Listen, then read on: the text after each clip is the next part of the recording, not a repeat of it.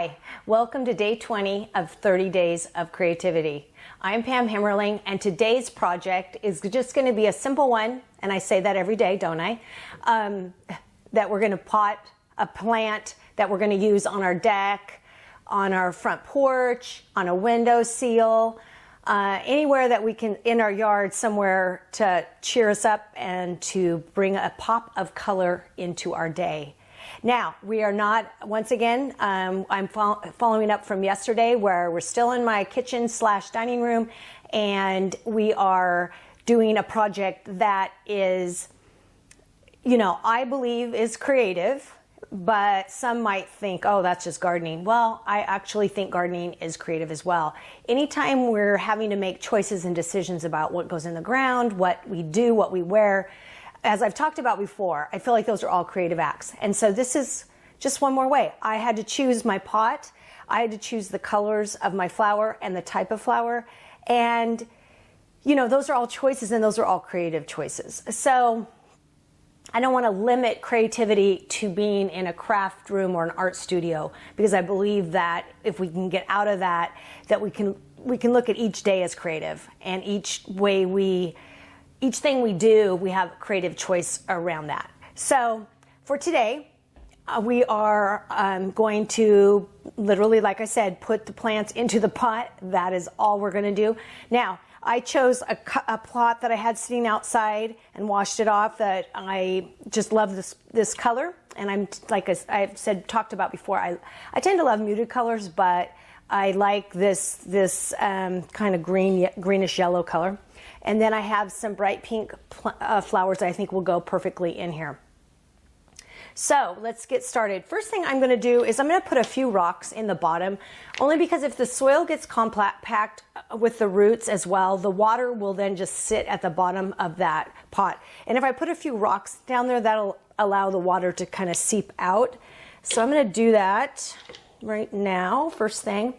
And then I have just some potting soil, and I'm going to just put a little bit into the pot to start, because these each come with some soil around them, and which has nutrients and things in it. So I will leave most of the pot will be filled up with these. Now, often they say, just put one or spread them out. I like to actually overfill my pots so that they look good right off the bat, and not only that, they look full the whole time. And often one of my plants will die or something will happen. So I'm better off having more rather than less.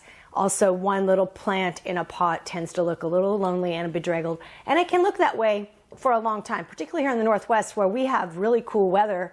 And it can be July before we see an 80-degree day. So for our plants and flowers to bloom and really flourish, sometimes they need to be overplanted a little bit. So I'm going to, and I feel sorry for these little primroses that I bought.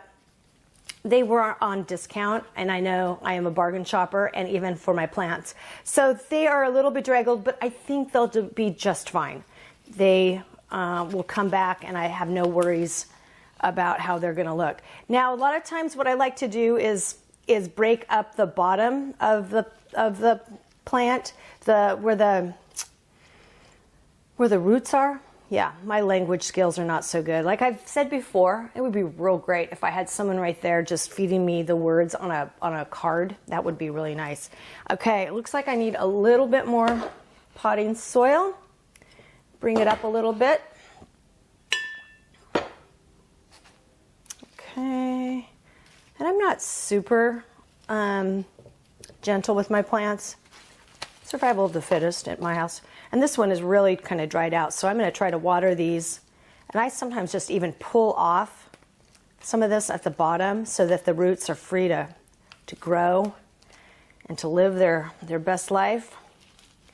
Speaking of best life, I hope you're finding a way in this time at home to really take advantage of the extra time that we each have, that you're finding a way to make the most of it, because I've really discovered for myself too, I'm speaking to myself, that whatever I'm looking for, I'm going to find. So if I'm looking to be miserable, I'm typically going to find that. Or if I'm looking to find the worst in my family, I can easily find that.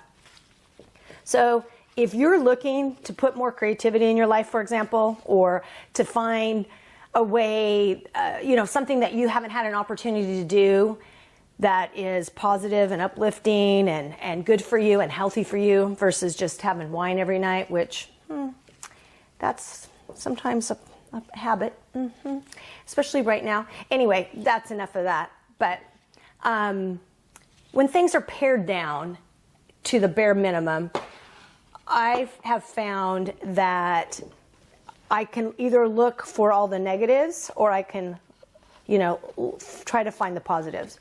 So I'm really trying to, and sometimes it's day by day or hour by hour, because I can get, like, yikes, what's happening here, and get real down on what's going on and the people around me. So I have to really reframe my thoughts and my mind and find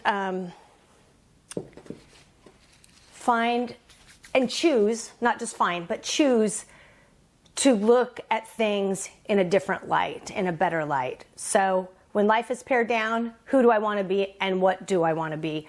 Those are the things and the questions that I keep asking myself, and I hope that you'll ask yourself as well. And I hope that this project, now, if you don't have any, these flowers I actually bought. My husband had to go to Home Depot because he's doing a big project outside during his extra time. And so I tagged along, stayed a distance from everyone, and went and found a few flowers. So that's where these came from. And I do know some grocery stores, since we're all still having to get groceries, if you're not having them delivered, a lot of times they have, even right out in front, they'll have potted, little plants that you can pot. So hopefully you can do this. If not, as soon as this is over, go get your old pots out of your, garage and put some plants in them and put them on your front porch or put them on your deck, so that when you're sitting out there, you're just being, you're just cheering yourself up. You're just really,